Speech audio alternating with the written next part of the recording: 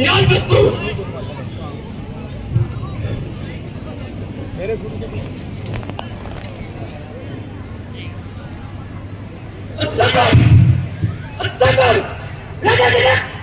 गुरु का धनुष अरे बेटा, मैंने तुझे विदेरा समझकर अपना धनुष अपने गुरु का धनुष तुझे सौंपा और इसकी ऐसी वृक्ष को ले कूद उठा जंगल, उधर काम पे गई चोर जो पहला पहाड़ों तक जीने मिल गई। कौन है वो जिसने मेरे गुरु के धनुष की ऐसी दशा की? जब भी उसको मेरे सामने मिला और देर आया वरना सबको जान से मारूंगा और हर एक को मौत के घाट उतारूंगा। शायद परशुराम को भूल गया और इसलिए न भूल गया। मुझसे ये कसूर हुआ है और ये मेरे हाथों चकना चूर हुआ है। क्या तुम्हें मौत की परवाह नहीं थी तो जिंदगी की क्या नहीं थी?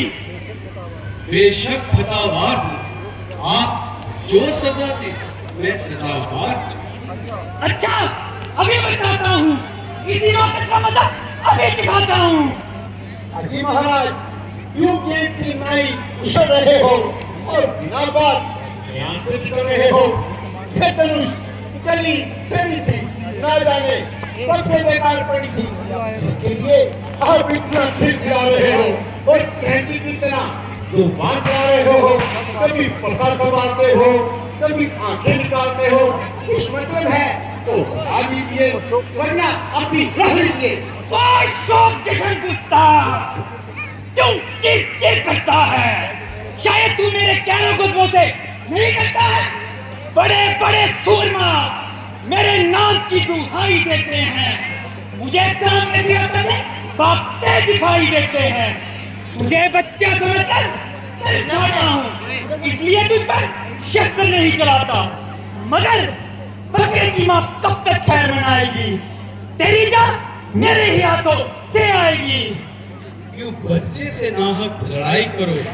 ब्राह्मण हो, कुछ तो समाई करो।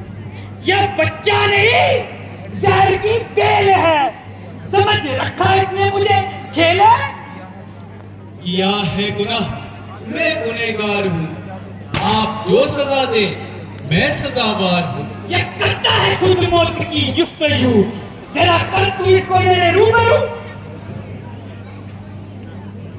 क्यों निकल पड़े हो इस दरमियान से? मैं हूँ खूब वाकिफ तेरी शान से। शराफत तेरी साफ बतला रही, तेरी मौत तेरे सिर पर है मंडरा रही। ये इधर सी टोपी दिखा और को, ये सीखे मजे हैं दिखा और को।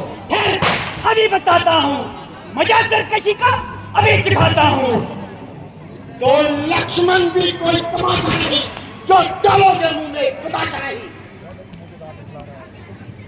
ठहर, अभी बताता हूँ, इस सरकशी का मजा अभी दिखाता हूँ। ये कहने से मेरे नरम हो गया, परंतु आपको भी आज कोई गम हो गया। खूब इसी का नाम नरमी है। बातों बातों में उड़ा रहा और मेरी नकल कर मुझे गिरा रहा है। सामने से चला जा वरना कच्चा ही चला दूंगा। तू मुझे नहीं दिखाई दे वरना तेरी बुरी दुर्गति बना दूंगा। अब अपनी आंखें बंद कर लो, मैं नजर नहीं आऊंगा। तू मुझे मत दिखाई दे, तेरी भलाई इसलिए है, तेरी आवाज भी मुझे ना सुनाई दे।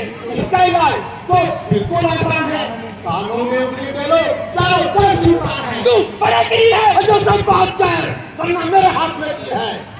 अभी देखता हूँ तेरा तीर्कमा।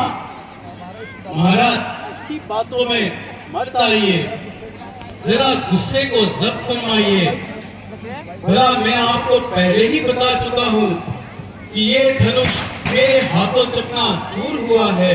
बस भाई साहब, अब सहमति हो चुकी। लक्ष्मण के कानों को ऐसी बातें सुनने की बिल्कुल जरूरत नहीं। देखा ही महाराज कहकर आपने इसका दिमाग आसमान पर चढ़ा दिया और आपकी नरमी ने इसका हौसला कदर बढ़ा दिया। अरे कमबख्त, तेरे सर पर ये कैसी हवा सवारी है? मालूम होता है तेरी मौत ही मुझे यहाँ लाई है। अभी जरा सा परसा चला दूं तुझ जैसे हजारों को भूमि में गिरा दूं। मगर तेरा कोई कसूर नहीं, इसलिए तेरी जान लेना मुझे मंजूर नहीं। मगर जिसने मेरे गुरु का धनुष तोड़ा है, उसे इस धनुष की मैं चकनाचूर कर दूंगा। महाराज, महाराज, मैं तो आपको पहले ही बता चुका हूँ कि ये धनुष मेरे हाथों चकनाचूर हुआ है। आप मुझे जो सजा दे सजा। और क्या वास्तव में ये धनुष आपने तोड़ा है? जी हाँ महाराज, ये धनुष मैंने ही तोड़ा है। मुझे संशय है। संशय? कैसा संशय? लीजिए धनुष, इस पर चिल्ला चढ़ा के प्रमाण कीजिए और मेरा इत्मीनान कीजिए। अवश्य, धनुष दीजिए।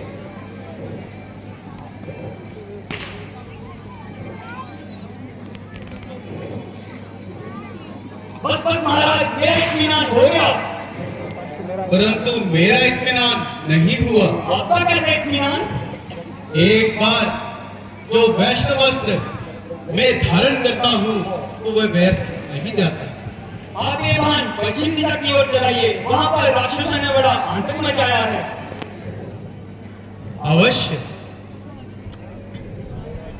महाराज, आज से प्रतिज्ञा लेता हूँ, कभी भी शस्त्र को हाथ नहीं लगाऊंगा।